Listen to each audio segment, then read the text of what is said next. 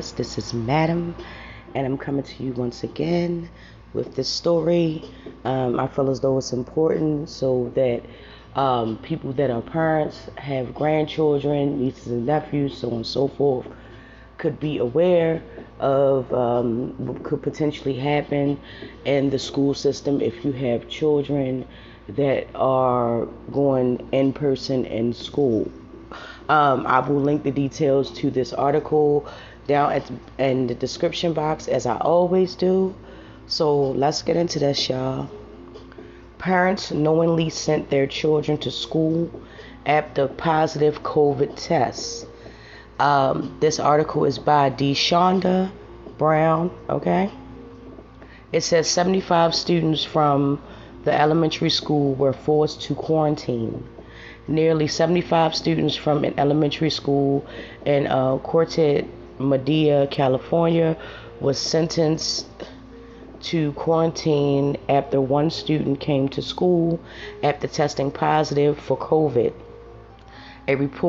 As reported by CNN, an unnamed student residing in the California school district was sent to school by their parents after testing positive for the virus, despite the health concerns and well-being of other students. Okay?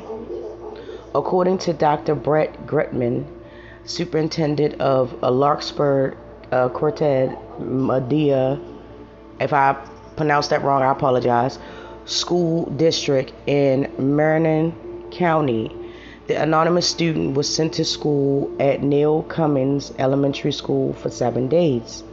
In a written statement provided to CNN, Dr. Giffman, he shared, "We did not know this positive case existed.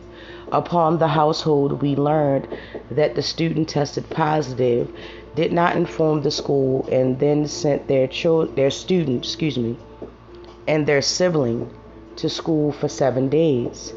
As a result, approximately 75 students were quarantined. Starting November 19th, school officials were only made aware of the students' COVID positive results after being contacted by the Marin County Public Health, only because the results were not logged into the school's database.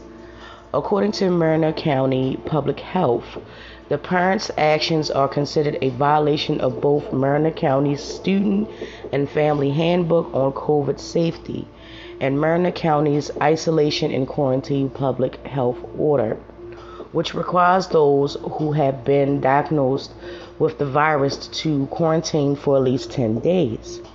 When the department was first made aware of the case on November 8th from the healthcare provider, the family refused to provide the name of the student and that the child attended during the contact tracing process.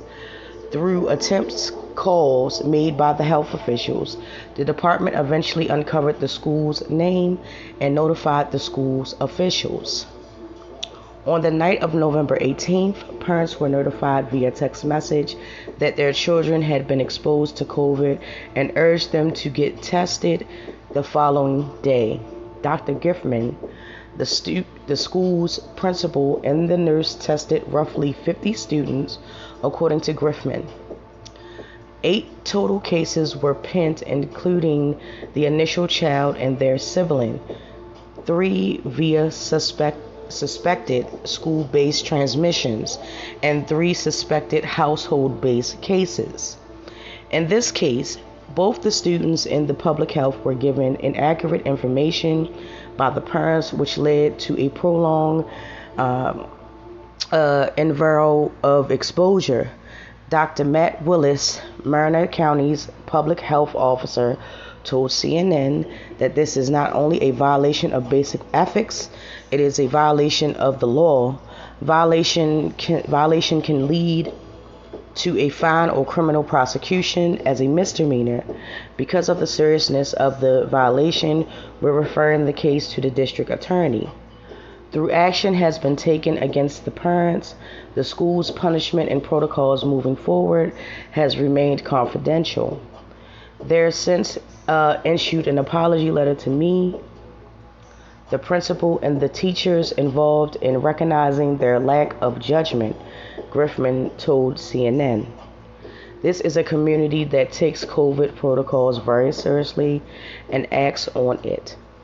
This is a one-off where a family made a terrible decision that impacted many students and compromised the health and safety of our school. Okay? And that is the end of the article. Like I said before, I stated in the beginning, this is just an article to put people in aware of what's going on, particularly in the United States, because that's where I live, and a lot of other people live, not just the United States, but internationally, just to be aware, so you can take extra precautions. For yourself and your family, even if the same thing doesn't go on. I understand this was in California. However, we as parents, we have to take our times to actually make sure and ensure that we protect ourselves and our families and our children in the best possible way, by all means. So this is just a story to just put out there. If you haven't really thought that seriously about COVID, I would, if I had to use a metaphor, when people drive, they're not driving for themselves. They're basically driving for other people on the road, if that makes sense. So just keep that in mind. I hope that everybody has a fun and safe weekend, as I plan to do.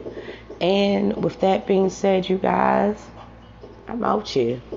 And I'll talk to y'all in the next video.